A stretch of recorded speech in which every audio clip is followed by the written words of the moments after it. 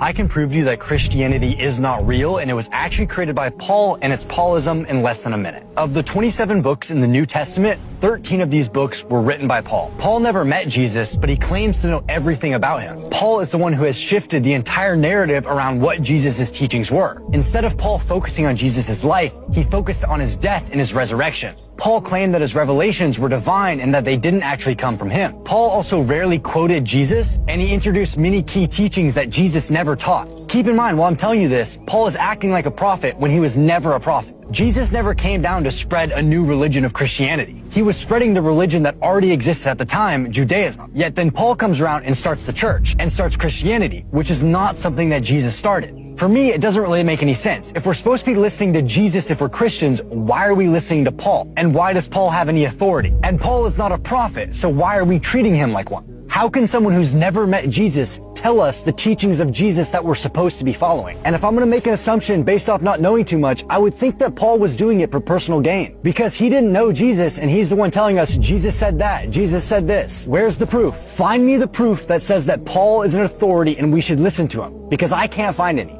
And this just reminds me of why I love the religion of Islam. Because in Islam, there's no confusion like this. It just makes simple sense. Worship Allah, and that is it.